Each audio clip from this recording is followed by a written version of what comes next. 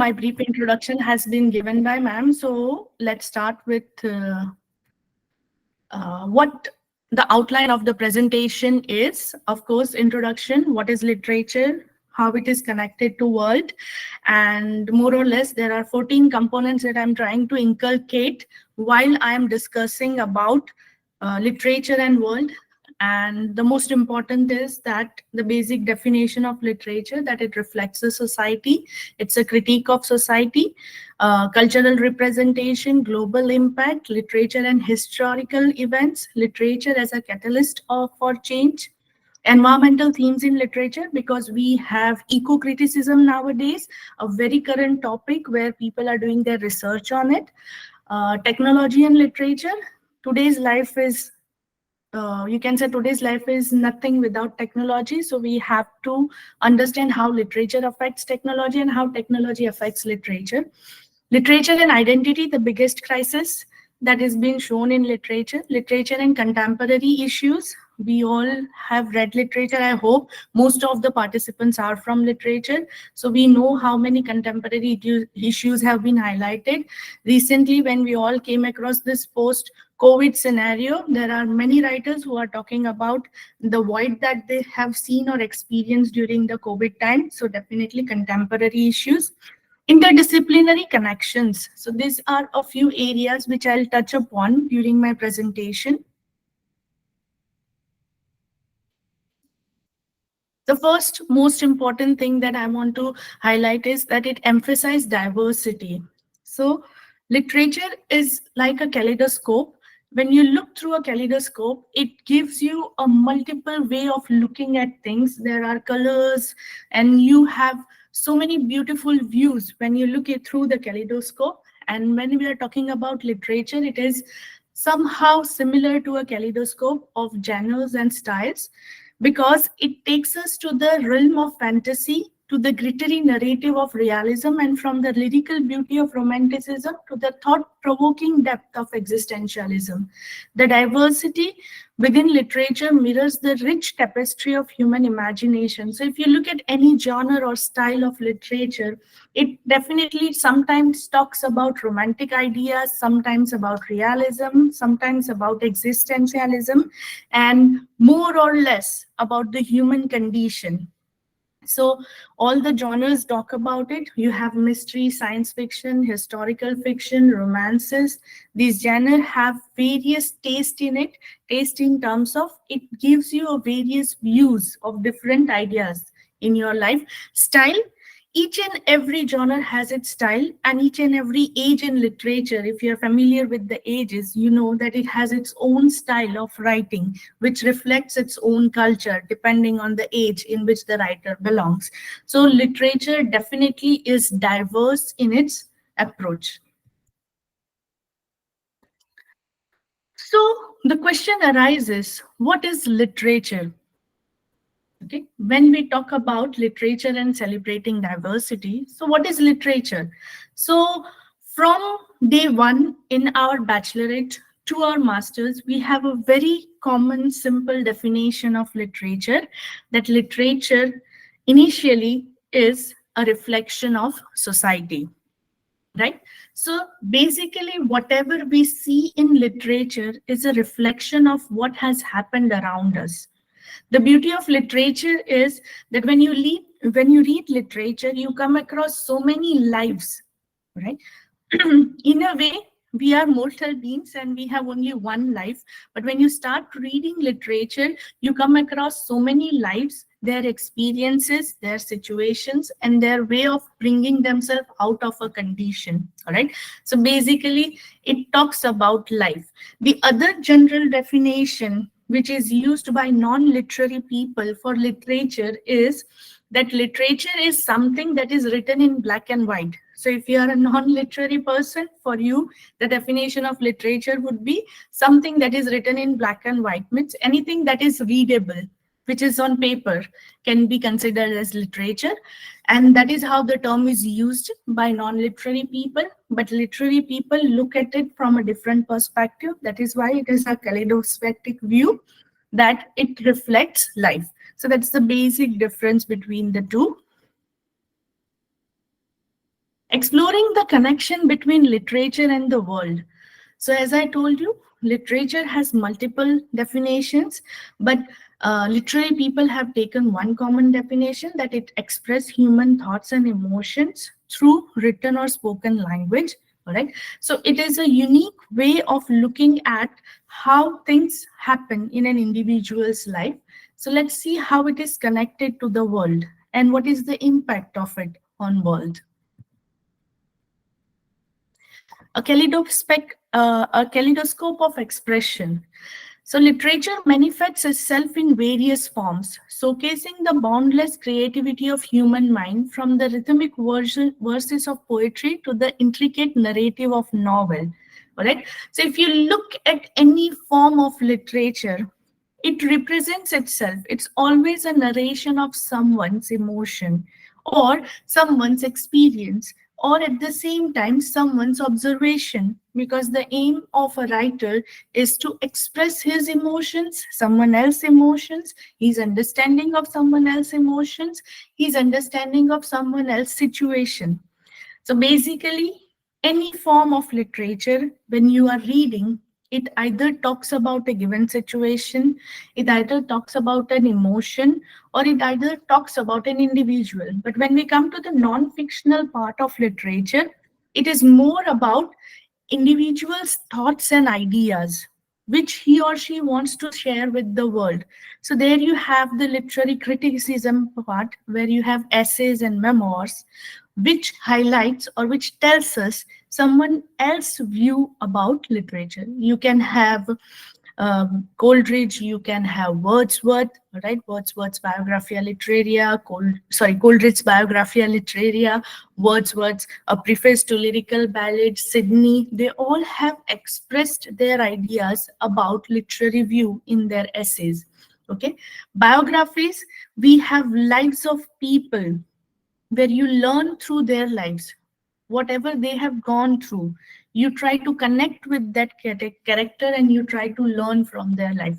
So that is the reason everyone has something in literature to take with them. That is the beauty of literature. Social commentary. Many works of literature serves as a commentary on social and political issues. So that is why we have socio-political literature, we have socio-economical literature, we have literary perspectives which discuss literature from various point of view. Sometimes it is a critique of literature. Literature is a critique of society, which talks about injustice, inequality, and conflicts.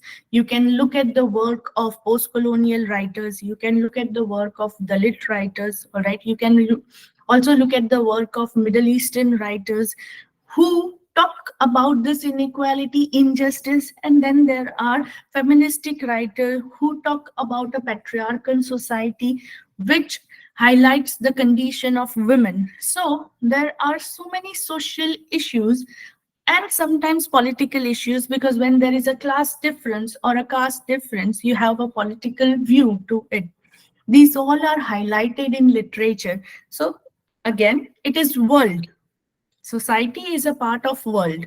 If you look at it on a larger scale, and that society is reflected in literature. So this is how we have some connection between the two. The simple definition of literature, which says that it is a reflection of society, as a mirror of society, exploring the intersection of words and world, right? So the real world is presented in words. And nowadays, these words are converted into images. That is why you have your whole lot of entertainment on television and movies, all right? So text, which is written through word, which is taken from the world and which is given to the world back in a better way, in a realistic way, depends on the writer who is writing it. So there is always this interplay of literature and society. Sometimes a literary text will tell you how beautiful the society is or how beautiful the society could be. All right. And at the same time, it also highlights the bitter reality of the world. So again, When you're looking at literature, as I told you, the text you select, the genre you select, depending on that, you will have a view of that particular text or a genre.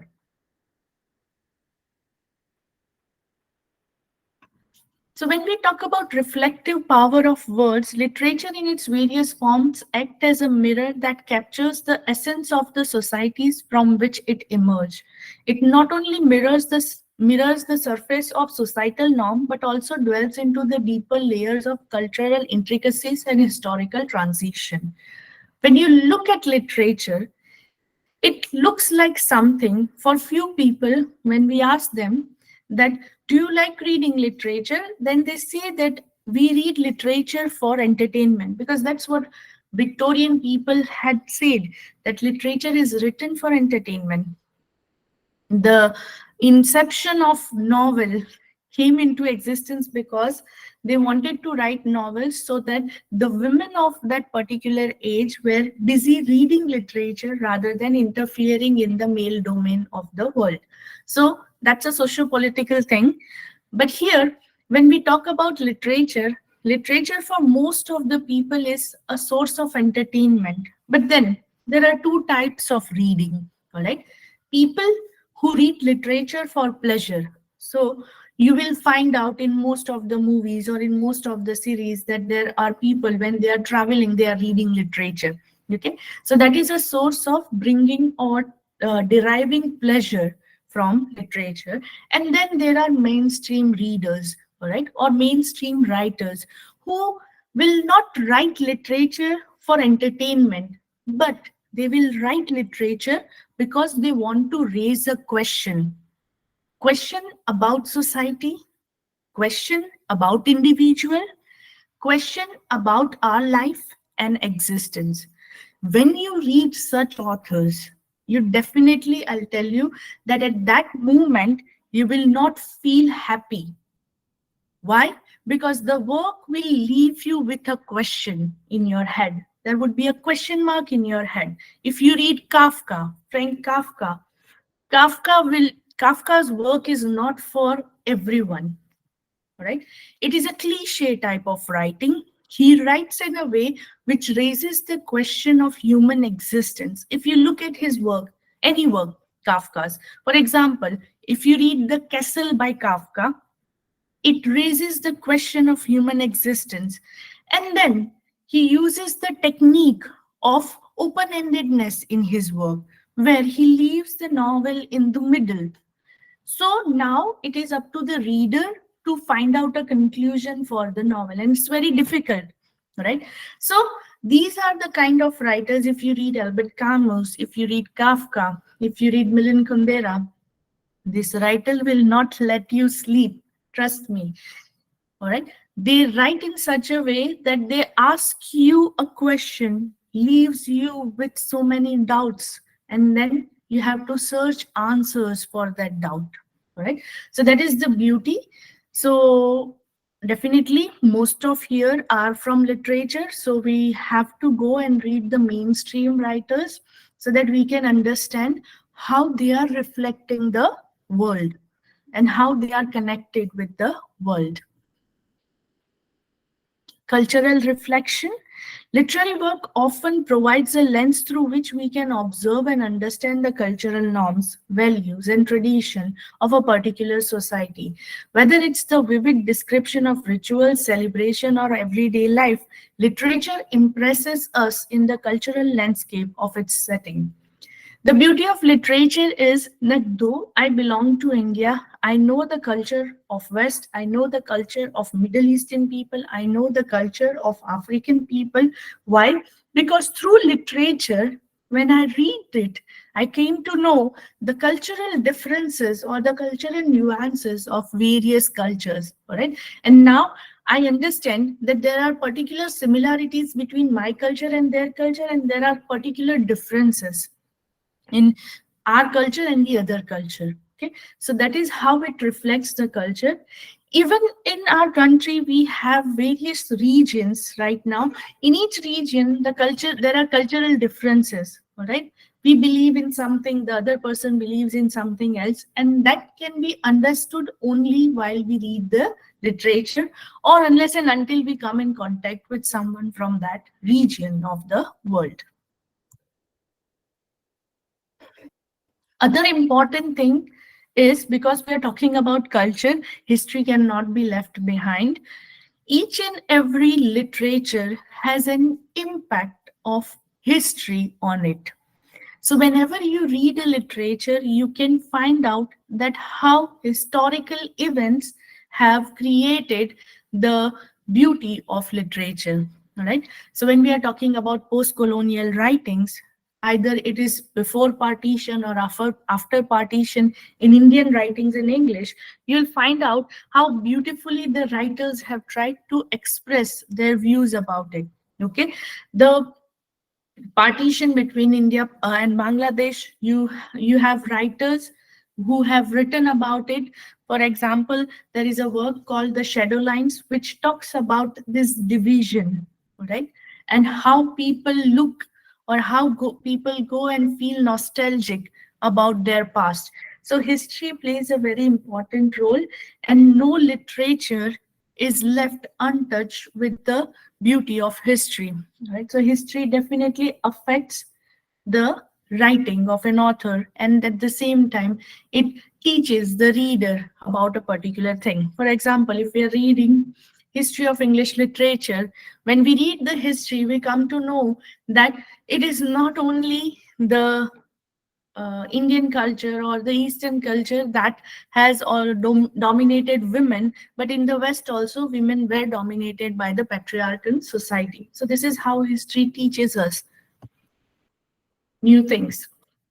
Societal issue, I have listed a couple of texts which you can go back and read. These are for your reference. You might have read some of them, and if you have not read, you can go back and read. We have beautiful work by George Orwell. George Orwell is a very well-known writer. 1984 is one of its classic. So in this particular dystopian classic, he has talked about the authoritarianism, surveillance, and the manipulation of truth. Right? Same way, Lee's To Kill a Mockingbird is another important book which tells us how African American were treated during the African American. If you look at the history of America, there are division of ideologies in South America and North America. So the North American people does not have a racial discrimination between white and black, but the South Americans are very rigid, and they have the racial discrimination for the black and white people. So the skin color defines the value of an individual. All right, these are societal prejudices that are prevailing in that particular part of the world. So we come to know that how the American people treated their own people. Though the one, if you know American history, you will know that the black were brought from Africa to America as slaves. They were treated as slaves, and as they were treated as slaves, they were not given any right.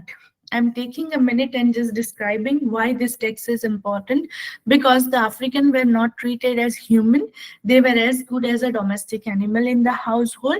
This was the condition of the Africans in America, and later on they were not even given the equal rights. So you see their struggle for equal rights, and then how they try to come to equal level, but still not, they are not considered as equal to the white Americans. So that is the importance To Kill a Mockingbird, and that is why it is one of the major books of African writers.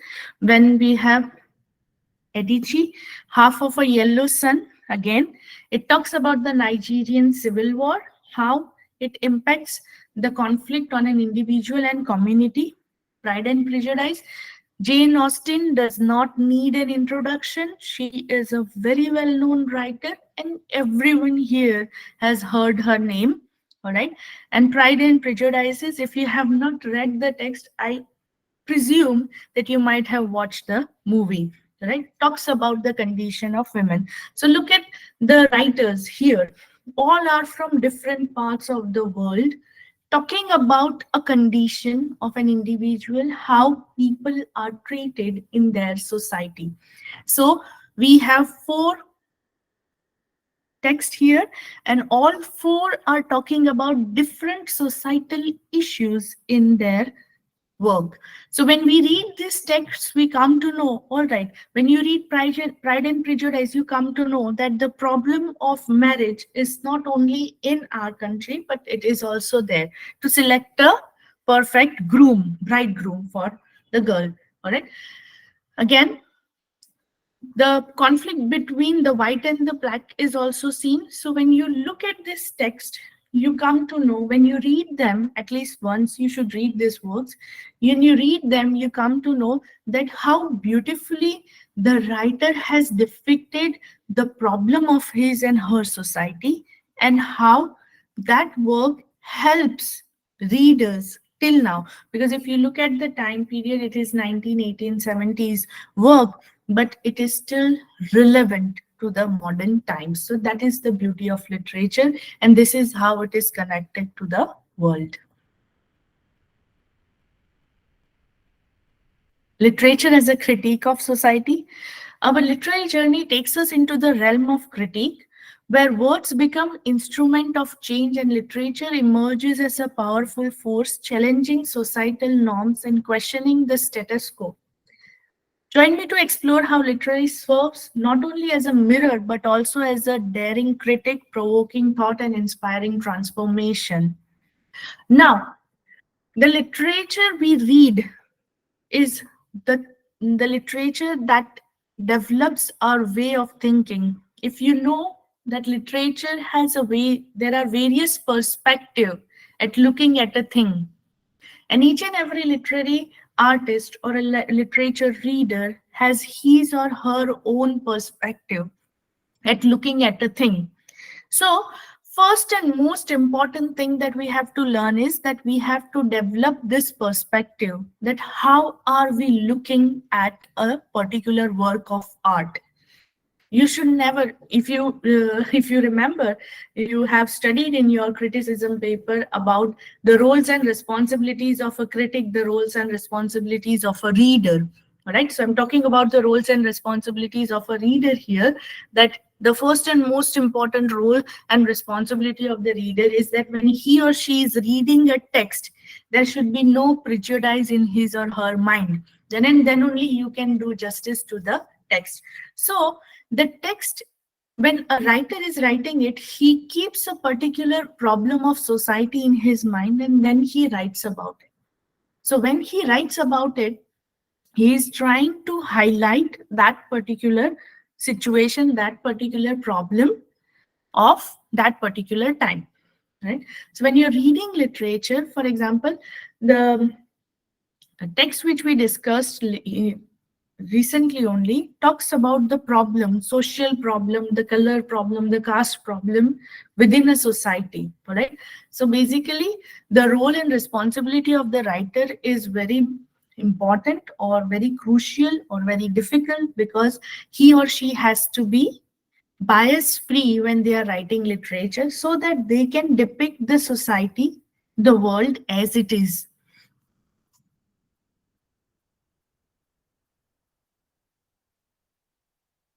So when we look at literature, right, we have seen that literature is a reflection of society. It is a critic of society. It has a critical force to it.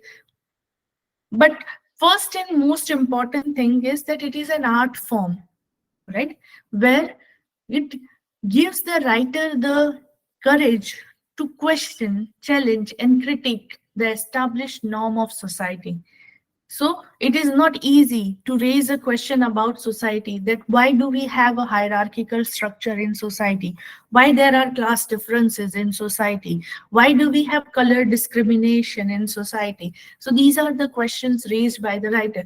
Why are not women treated equally as men? So this is a question in society. When you talk about gender equality, all right, there are so many critical theories, queer theory, gender equality. They raise so many questions to us. Then the writer gives you a question. So that it is very challenging for the writer to raise this question. And where does he get this question from? He gets this question from the society, the world in which he is living, that provides him that questions, and then he raises it in literature.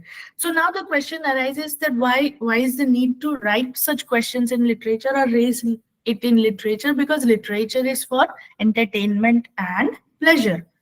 But technically, when you read literature, as I told you, that there are two parts of literature: one which gives you entertainment, and one that gives you questions and raises a doubt in your mind. Then that kind of literature is really important, right? As there are poets, when you read romantic age poets, there are two group of poets. One who live in their ivory towers, who are not affected by the social problems. So they are always in their imaginary world, and their writings are also talking about the imaginary world. But then there are the realistic writers who look at a work or who look at a thing from reason, and that is how they write about a particular problem and situation. And that is why when we read their work, we come to know that, oh, this was the condition in the past. For example, we can go back to 17th century. If I'm not wrong, that is the Restoration age, where we have a writer called William Congreve. If you have heard about him, The Way of the World is one of his best works. It is also considered as a masterpiece. Now, why a 17th century work is considered as a masterpiece? Not only a masterpiece, but at the same time, it is very important through the point of view of historical and archaeological growth, because the play talks about the development of chocolate houses.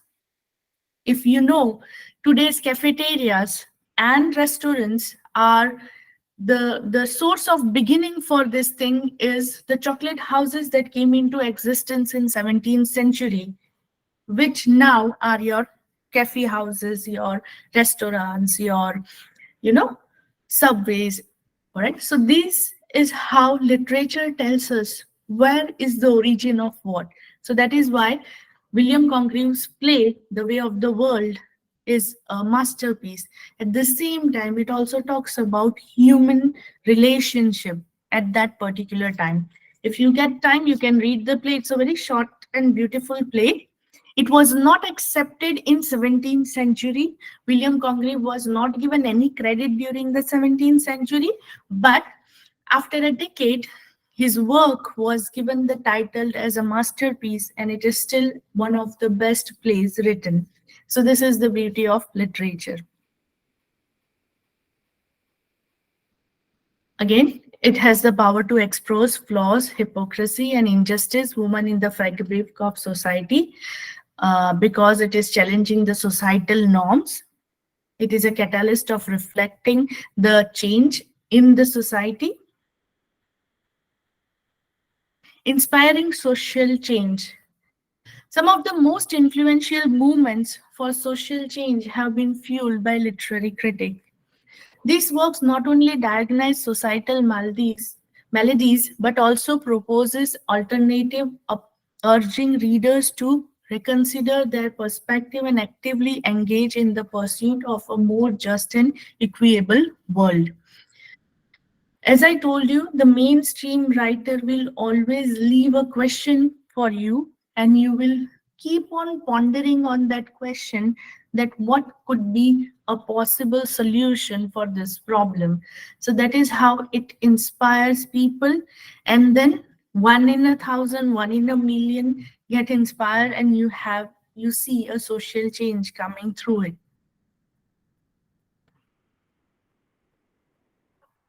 It's an influential literary critique. I have again jotted down some text that you should read. Okay, we have Sankler's The Jungle, we have Silent Spring, we have Animal Farm, we have The Color Purple. You might have read George Orwell, because George Orwell is one of the best writers of his time. And Almost all literature students have once in a while read Animal Farm. Animal Farm is a novella written by George Orwell. It is considered as a classic of its time. It's a satirical allegory. All right, we all know, if you have read it, you know very well what it is about. Okay, beautiful depiction of story in it. It has characters. It basically is a type of anecdote. We all know anecdote where animal plays the role of human being. So Animal Farm, that is why the title is so significant. Animal Farm is a story of animals, but as it is written in a form of an anecdote, you can see animals talking, you can see animals fighting. Technically, Orwell used animal as characters to satirize the political social condition of Russia. Okay, so if you go back, you can read and you can try to understand why it is considered as a classic. I always say this in my classroom, that Animal Farm is a classic because age does not affect the novel, right? If a young child is reading Animal Farm, he or she will enjoy it like anything. Why? Because if you have seen children, when they see animals and animals talking to each other, fighting for their rights, they are so happy to read the story and they enjoy it. When a young man like you and me, when we are reading this work, it gives you an inspiration that one has to fight for their own rights, right? When an old person, an aged person is reading Animal Farm, or at the same time, as I told you, age does not have a barrier. As a literature student, when you are reading Animal Farm, it tells you the real picture of the Stalin and Lenin war. If you know, the Bolshevik and the Menshevik party of Russia. Okay, so this is a very beautiful political satire which is seen over here in the Animal Farm. All right. Um, so Animal Farm is a text which has no constraint of time, no constraint of age. Anyone can read it. It's written in a very simple language and anyone can understand it. At the same time, anyone can interpret it in their own way, right? But as a literature students, we should know all the 3 or 4 times of interpretation of Animal Farm. That is the definition of classic, that time does not affect the work of art. Okay, so that is how beautifully the writer criticizes the social condition directly and indirectly. Okay, and then we have Color Purple, uh, beautiful African work, okay, which talks about racism, sexism, abuse, challenges, right? It the thing that I talked about, it talks about this gender inequality and race inequality, where due to the color of your skin or racial discrimination or individual level, because the protagonist of the work is a woman, how she is treated by the male dominated society. So all this is highlighted in Color Purple. So these are few examples which shows us or reflects the society and plays the role of a catalyst to tell us how the society is evolving continuously. And these writers have taken courage. It is not easy to write about political issues. It is not easy for being a woman and writing the problem of women, because again, I just don't want to discuss that because it's a long discussion, that when women started writing in literature, they were not given a right, so they had to write under a pseudonym, under a pen name, and later on they had fought a lot to gain equal position as a writer in the field of literature. But whatever the text I have highlighted here, each and every writer has taken courage, all right, in writing the truth in words so that they can ask or raise the question to the set norm. Status quo is the set norms of the society which are given to us, which we cannot change. We have to follow, blindly follow. All right. These writers are raising question so that at the end of the day, the world in which we are living is more livable, I should say, or it should be more compassionate about the people. So that is the beauty of literature.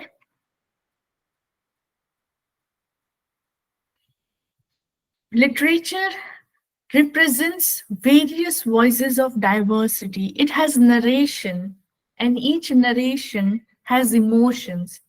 So, narration can change in terms of the language of narration can change, but emotions cannot change, right? Always tell in my classroom that anyone in the whole world, if he or she is happy, they are going to laugh. Definitely, there are tears of joy in our eyes sometime, but we all can differentiate between the tears of joy and the tears of sorrow in an individual's eye. So that common emotions cannot change, no matter from which culture you belong, no matter from which part of the world you belong. So the narration always connects the people. Why? Because the emotion remains the same. For example, if someone is in love, he or she would be happy. All right. Why? Because that emotion is experienced by him or her. But if someone is sad, then definitely what will we do if we are sad? Nowadays, if the youth is sad, what will they do? They will put status on their WhatsApp, Insta, or whichever social media site they are using, right? Trying to declare to the world what is that they are having a problem. At the same time, that display is done when you are happy, right? So the narration, the technique, what I'm trying to say is that the writer can choose any technique to narrate a story, but the emotion remains the same. People experience the emotion in the same way, right? If someone is writing about their loss, anyone in their family, if someone has passed away in their family, for example, if I'm reading a text which talks about grandparents, excuse me, if I'm reading a text and it talks about grandparents, as I have lost them, I will feel very deeply about this situation. Why? Because I will be nostalgic. I'll go back in the past and think about my grandparents. All right.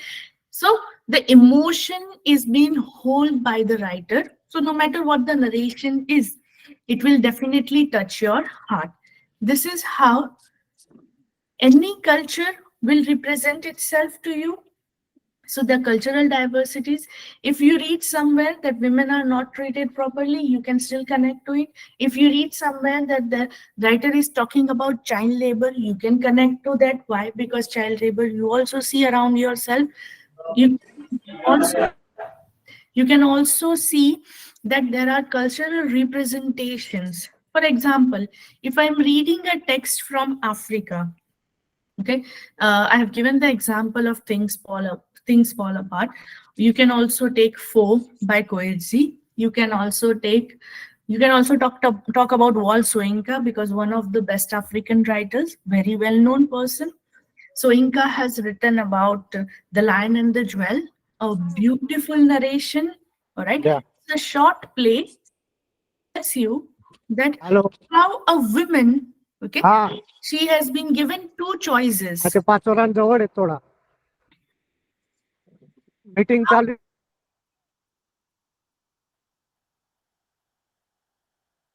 Okay, how a woman, Sidi is the main character, is given two choices to select between, and the two choices are that whether she should marry a young guy who is modern in his approach towards the life, or he should marry an old guy who is deep rooted in the culture. And at the end of the play, I'll not tell the whole story, but I'll just give you a gist. At the end of the day, she selects to marry the old guy because she does not want to let go of her culture. So from that particular text, we can come to know that how women used to think during that particular time, and how culture has a hold on individual. So this is how when we read various types of literature, we come across various views of literature, and we realize that each and every culture has its own beauty and delicacy when you read the text. So that is cultural representation in literature. At the same time, I have given you an example. Hmm. I will Kangaru.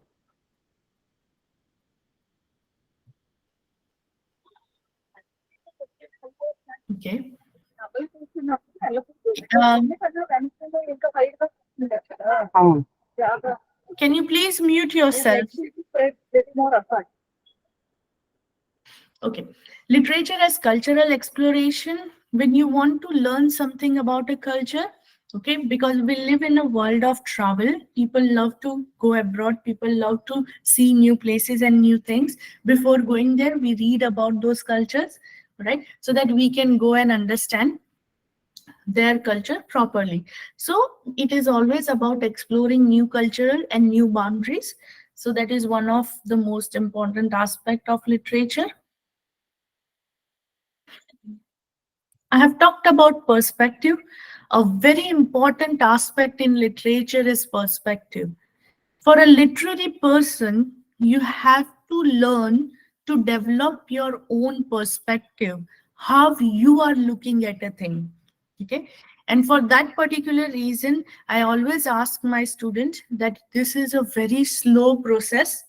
You have to keep on developing your perspective. What is perspective? Perspective is looking at things with a particular view. Okay. So when I'm reading a literary text, just because my teacher has told me, go read Animal Farm, and I will take the textbook and start reading Animal Farm without knowing what I am trying to read, right? For that, you have to understand that you have to develop a perspective, you have to develop a way of living, looking at the world. Okay. And that is the most difficult one. You cannot develop a perspective in a day or in a blink of an eye. You have to work on it. You have to work on yourself. How can you work on yourself? Trying to be objective, trying to be reasonable, trying to be rational, always asking questions, keeping your prejudices aside, right? Asking questions, trying to understand the viewpoint of another person, so that when you are looking at a particular work of art, you are very much subjective. All right. So there are two ways: subjective, objective. Basically in poetry, so you have poetry which is subjective and which is objective. All right. So developing perspective is important, because once you will develop your perspective, you will look at things from that perspective only. We all have developed our perspective through our society, through our parents, through our family. Okay. The way they have taught us. Simply, if in simple words we say the do's and don'ts of your life, from there you can start your perspective. All right. So exploring cultural perspective. Various cultural represent various aspects in the work. Author skillfully navigates the intricacies of language, custom, tradition, and societal norms, offering reader a window into the life experience of individuals from various culture. So as I told you, we cannot go and see the whole world. One life is not enough. So definitely by reading those literature, we can come across various cultures. Again, few examples. HEB, Things Fall Apart, as I told you initially. Jhumpa Lahiri, we all have, as an Indian writer, we all have read about the works by Jhumpa Lahiri, right? Most of the time, short stories are very famous. The Interpreter of Maldives. Then we have Isabel, and we have HEB again. Half of a Yellow Sun, again talking about the Nigerian Nigerian history, civil war, sorry, Nigerian history and civil war. These texts, again, the authors have skillfully navigated to the delicate task of representing diverse culture in the literature and try to present it to the readers. So this is how they showcase the beauty of culture in their work. So this is just for your reference. You can go back and read the text if you are interested.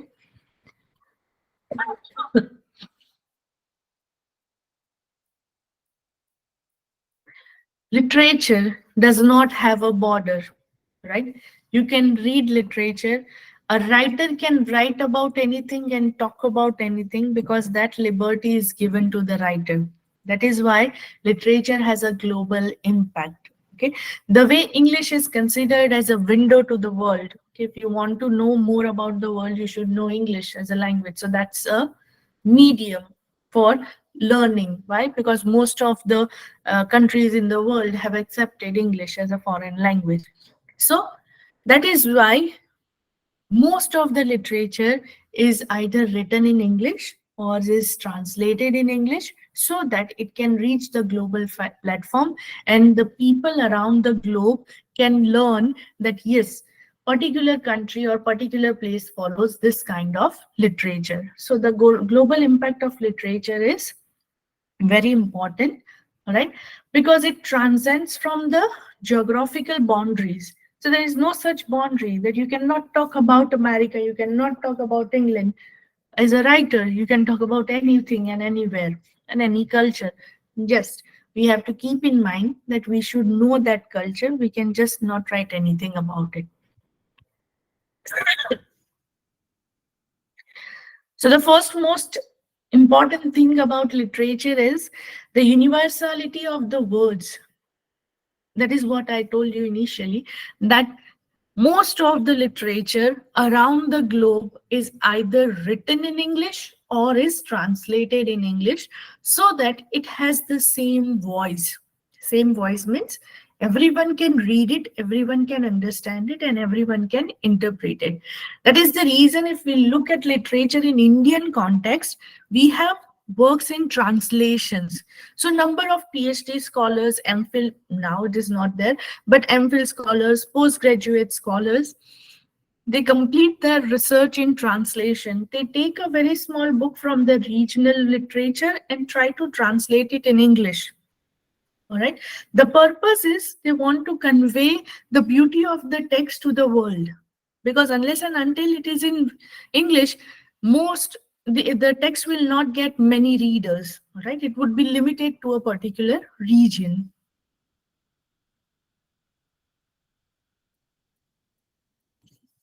The dissemination of literary works, as I told you, globalization has the ability, when you use the term globalization, the whole world becomes one village, one home, right? And that is how, when you are writing, there is no geographical boundary that is affecting your writing. But the only thing that is problematic is the linguistic and the cultural boundary. All right. So we have to understand that, and that is how the writers write, and that is the beauty of literature.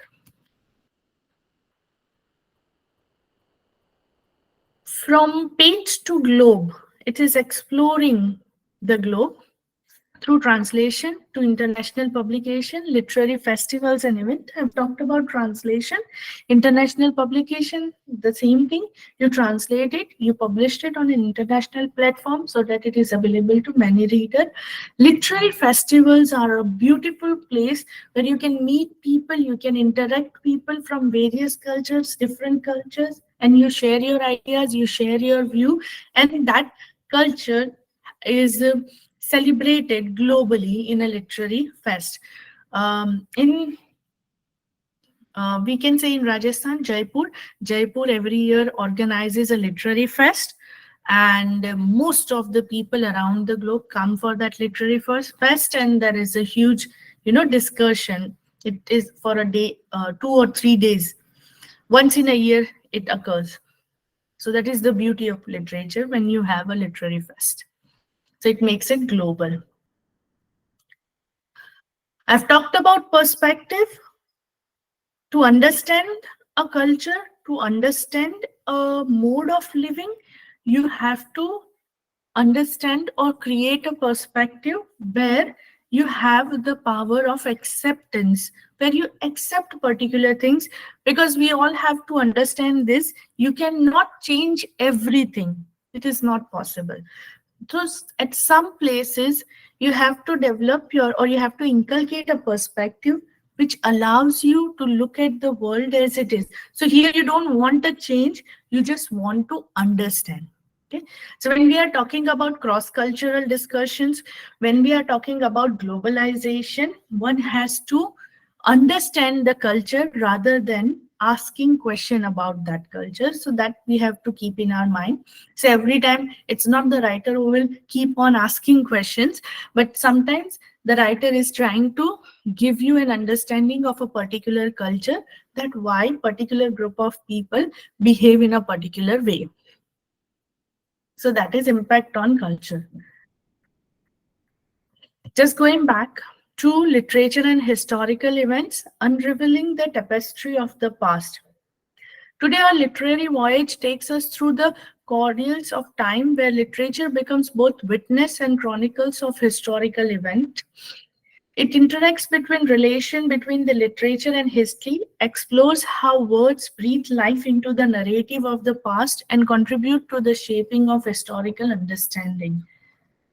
History has taken most of the space in literature because no literary work can be written just for the sake of writing. It is written because it has some idea, some concept that they want to highlight, right? And they take background as history. So if you look at any partition work, if you look at any post pandemic work, the background would be always historical. Something from the history holds the text, and then you have the narration of the author, right? So that is the beauty. I'll just be a little bit quick because things are many here. Time capsule, the art of historical capture. Literature possesses a unique ability to capture the essence of historical events, preserving the emotion, struggle, and triumph of individuals who lived through pivotal movements. Through the lens of storytelling, literature becomes a time capsule, allowing reader to step into the shoes of those who shapes the country, the course of history. Beautiful example here about time capsule. When we look at literature, it reflects the society. At the same time, it gives you a feeling that you can go back in time and experience that particular movement that had occurred in the past. Okay, so when we read someone's biography, when we read someone's autobiography, we are technically living his or her life in our mind, all right? And we can see their struggle. Okay? So that is the beauty of literature. It can travel through time, and it can make you feel nostalgic at some times, and it can make you feel like you are living the life of the other person.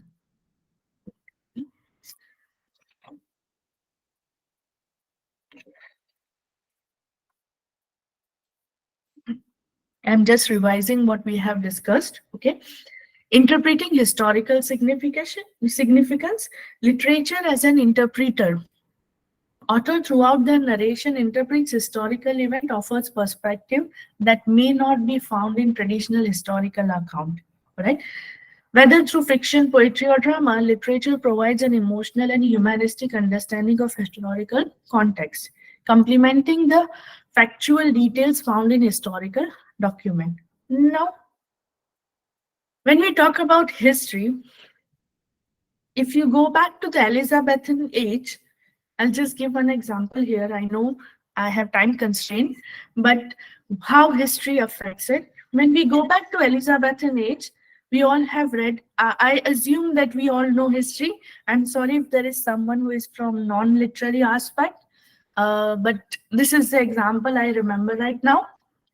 When you go back to the Elizabethan age, we all know Queen Elizabeth was daughter of Henry VIII, right? And her mother was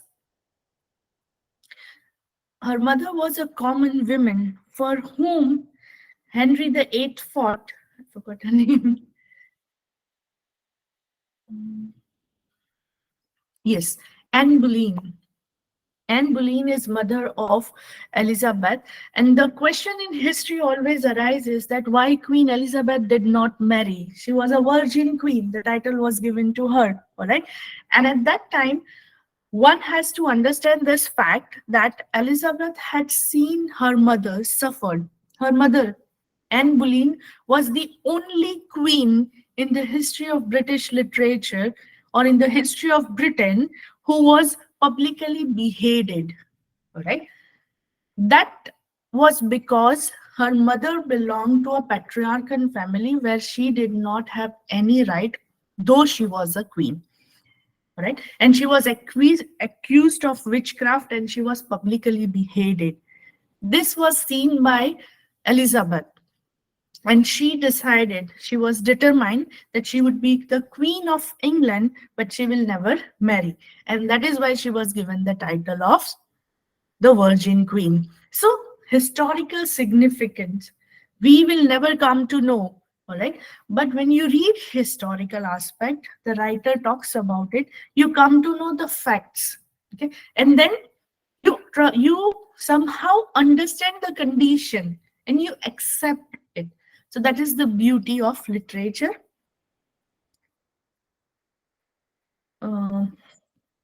Narration.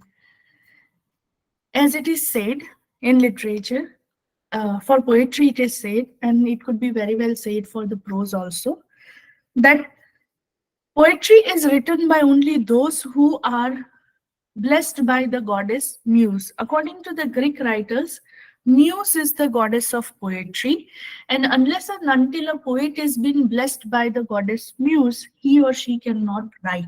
Okay, so the same goes for any writer. Narration is the very important aspect, because if the narration is not clear, then no matter how beautifully you write or no matter how much ornamental language you use, it will not create an impact on the reader. So narration plays a very important role. You have historical narration where you use history as a backdrop to the main events in your writing. Shaping memories. Literature as a shaper of collective memories. Literary works contribute to shaping collective memories by emphasizing certain aspects of historical events, shedding lights on overlooked perspective, and challenging established narration. So literature influences the society, how it remembers and interprets the past. Okay, so this is very important because it is the way of narration of the writer that makes us feel that which part of the history are we going to remember and how long it has an impact on us. So always remember that how it helps us or influence. Literature always influence how society remembers and interprets their past. Again, quickly, going to the examples, historical interpretation, we have Leo Tolstoy, War and Peace, one of the best examples I could give over here. All right. Most of you might have read the text. You may not have read the text. You may have heard about it. All right. But you can go back and read. These 3 or 4 texts can show you how historical works or history has been interpreted in literature. Literature as a catalyst for change. Stories that shape societal transformation. Today, our exploration takes us into the realm of literature as a catalyst for change, a force that transcends the page and parameters, the fabric of society, sparking revolutions of thoughts, inspiring movements, and shaping the courage of history.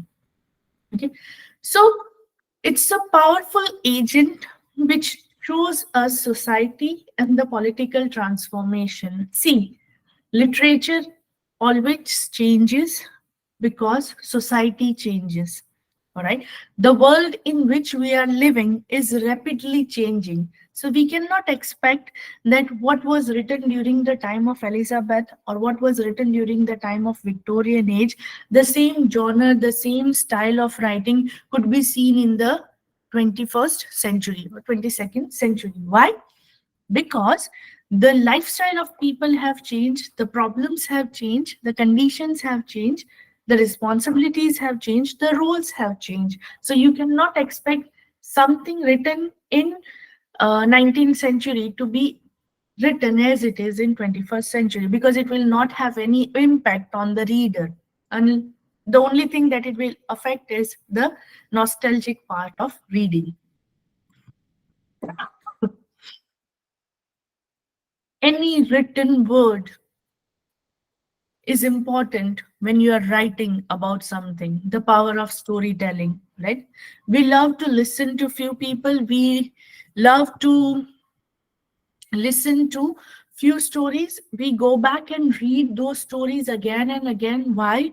Because it is written so beautifully that it has a huge impact on us, and that keeps on echoing in our mind. So definitely how the words are used by the writer and how the emotions are expressed by the writer, that's the impact of that work on the society, right? So it makes the work a very catalytic work.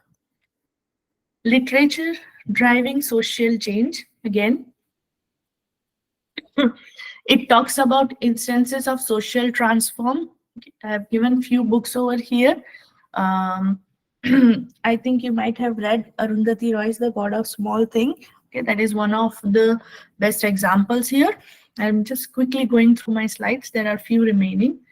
Influencing opinions and actions. Stories that moves, narrates, that mobilize. So each and every work of art has an influence on the writer. They keep on, uh, as I told you, the narration keeps on mobilizing it. It has a impact on the reader and the mind of the reader. Beyond pages, the transformative journey, the impact of literature goes beyond the realm of fiction. It extends into the real world change by influencing cultural narrative, challenging ingredient belief, and often alternative perspective. Literature becomes a dynamic force for the fuel, the engine of societal transformation. So the societal transformation takes place, but as the transformation is very slow, because you cannot expect that when you wake up in the morning and the world has changed, unless and until there is a pandemic or a natural calamity. You have to give time to the society to accept, to digest the change, and to look at the change as a better perspective. So it will help for the transformation. So the journey is long, but it is possible. The best part of literature is that it gives you empathy and advocacy. Through empathy, empathetic storytelling, literature fosters a deeper understanding of diverse experience to the reader, and we navigate through these instances and ideas. Let's reflect on the profound role of literature in the realm of society, in the realm of social and political change. It serves as a testament to enduring power of words to shape minds, mobilize hearts. All right. So the biggest or the most important thing about literature is that it teaches you empathy. Right? That is a very, very important emotion that an individual should learn. And this is how it helps us in advocacy, means it helps us in shape our mind, mobilize our heart, and ignite the flame of transformation in us. Right? I'll take 5 minutes. Environmental theme in literature. All right. As I have discussed initially, the environmental theme in literature is very important. Why? Because we are talking about the eco-criticism, nature, all right, earth story, because nature as a literary muse, as I told you, muse is a Greek term. Muse is the goddess of poetry, and that is why nature as a literary muse in nature with its vast landscape and interact ecosystem has long been a muse for writers. Most of the writers have talked about the beauty of nature, like from Spencer to Wordsworth. All right, the beautiful poem by Wordsworth on daffodil, and even other poets have also written about daffodil. It's just one example, but the nature of beauty, the beauty in the nature has been highlighted by the writers. So it has a huge impact. Literature also talks about the problem of environment, addressing the issues related to environment, trying to raise questions, trying to talk about the conservation of nature, trying to talk about deforestation, climate change, pollution, and the delicate balance of ecosystem. Literature is doing that, and that is why there is a literary term given to it that is called eco-criticism. Works that raise environmental awareness quickly. You can go through that works. These are the works that raise environmental awareness. Sorry, I cannot go through it because of time constraint. Literature as the environment advocate. Beyond words, literature is an advocate of environments. It not only beautifies, it not only glorifies nature, but it also inspires a sense of responsibility and a collective call to prevent and protect the environment. So that is how literature is important. Ecological action, literature, ecological action, and the way form by fostering a deeper connection to the environment. Literature has the potential to influence individuals and collectively efforts. Technology and literature, as I have told you, technology has huge impact on literature. The marriage of words and codes, a digital renaissance. The relationship between literature and technology has undergone a profound transformation in the digital age. As we stand as the interaction of the world and code, we witness a digital renaissance where traditional narrative finds new form and expression in the virtual realm. So in virtual realm, you will find podcasts, all right, the narration of the story. You are not going to read anything. They are going to present it in front of you in visual form, in narrative form. You can listen to the stories. So gone are the days when you only could read a particular work of art. Now you could see it, visualize it, you could read it. All right. And I can bet over here that most of the people might not have read Harry Potter, but they might have seen all the all the works of Harry Potter in a movie form. So that is how visual narration takes place. So there is no boundary, changing dynamics of consumption. All right. So the digital age, you have audiobooks, ebooks, okay, and reading material, interactive and impressive expression, interactive narration, and augmented reality. Digital technology is not just changing the way we read, it's altering the way nature of narrative. All right. So initially it was individual reading and understanding a work of art. Now it is technology that gives us a narration and understanding of work. Again, same challenges and opportunities of narration. Okay, there are various issues when we talk about digital rights and perspective. Right? So that is one thing. A new chapter unfolding. It is literature in the digital future. As we navigate this symbiotic relationship between literature and technology, we find ourselves standing on the threshold of a new literary era, where you have unparalleled creativity, accessibility, and connectivity, both in words and bytes, because it is technology and words. Literature and identity. Most of the time, the writers have talked about the identity crisis and how individual feels, how individual looks at the world has been shown. All right. Quickly doing this, shaping individuals' identity, personal narrative, and self-discovery. It helps us reflective, collective identity, Communities and cultural narration, literature as empathy catalyst, the role of literature in empathy, culture and global impact, a mirror and a map. This is just a repetition, literature and contemporary issues. It always talks about the contemporary issues. It reflects engaging with social challenges, political landscape, ethical dilemma, and moral reflection, showcasing recent work. Again, few examples of recent work are here. And catalyst of dialogue, interdisciplinary connection, one most important thing in literature, where you can talk about various discipline in literature. You can talk about science, you can talk about psychology, you can talk about philosophy, science and the art of wonder. You can enrich effects of interdisciplinary study, breaking silos, fostering crystal creativity, holistic understanding of the human experience. These are the few points which I have already talked about. Global impact, catalyst of change, portraying culture and identity, contemporary relevance, ongoing relevance.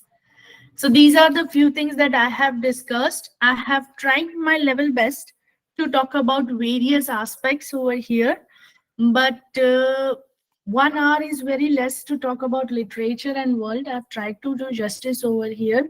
Thank you so much for being so patient and listening to me. I appreciate all of you who are here. And if you have any question, you can ask me. Thank you.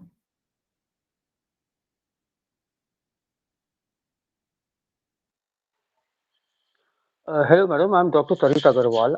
Am I audible, madam? Yes, sir, you are. I'm Dr. Tarit Agarwal. Actually, madam, I have just a couple of queries, so kindly allow me to get them clarified. Actually, my first query is that you started your lecture by giving a brief description of what literature is all about, and I think your basic focus was on the fact that literature mirrors society, societal changes and historical perspectives and cultural diversities. But what about literary works like Paradise Lost and Paradise Regained? What kind of society does Milton reflect in these works? My first query. My second query is that you named some of the classics like George Orwell's Animal Farm and Congreve's The Way of the World. And you also said that they cross the limit of time and age. But the point is, the question that arises in my mind is, why should I go through Congress the way of the world? Because it describes the Restoration period. It describes the chocolate houses and the society of the Restoration period and of England. And I live in India. I live in 2023. So I have nothing to do with the Restoration age. I am not a history student. I am a student of literature. So why should I go through these works? Because I hope you understand. And similarly, madam, for instance, why should I go through romantic poets? Why should I go through Coleridge's The Rime of the Ancient Man? It describes the supernatural world. Wordsworth says that behind all the objects of nature, there's a divine spirit. But in 2023, I don't see any divine spirit behind all the objects of nature. So those ideas don't work in the world we live in. Thank you, madam. Paradise Lost, Coleridge, these are works when we read. The biggest problem that we face is that I have already told this in the discussion, that we are talking about perspective. So when we are reading a classic, it is not that why I have to learn the classic, it is how writer looked at the world at that particular time. So that is his view that we are trying to understand.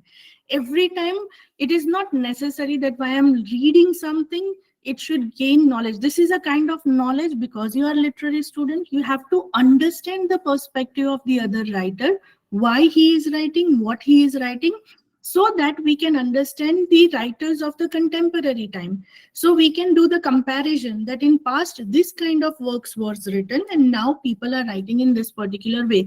I did not take example of Paradise Lost and Paradise Regained because, again, it talks about a fallen angel, and then the narration, the example didn't fit anywhere in my presentation, so I avoided that.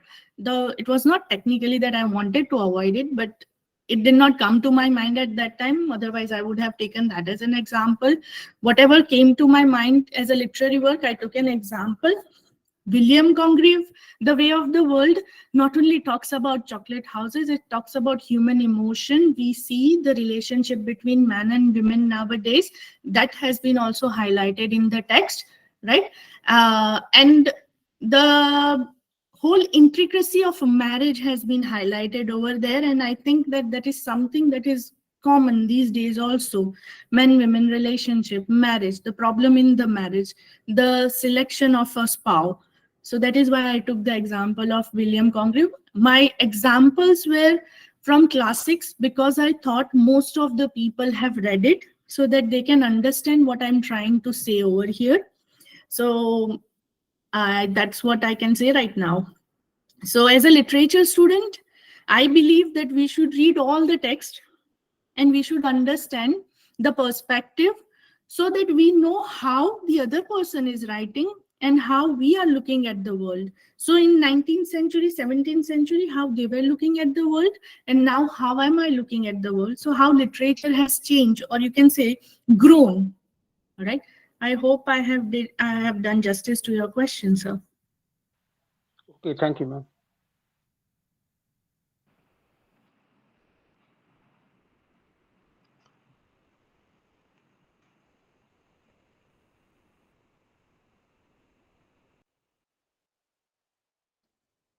Thank you, ma'am. Thank you so much for your informative session. I would like to thank Dr. Najma Pathan, ma'am, Assistant Professor, Department of English, Language and Literature, Institute of Language Studies and Applied Social Science, Gujarat, who handled the session on literature and the world. Thank you so much for your informative session, ma'am. And thank you, participants. Let's meet in the tomorrow's session. Thank you, one and all. Good evening, Nandini ma'am. Yes, ma'am. Ma'am, will you be sending the feedback link in the chat box? Ma'am, actually, yesterday we sent it in Google Meet, ma'am. Today we'll post it in WhatsApp group, ma'am. Acha, okay, thank you. Okay, ma'am. Thank you.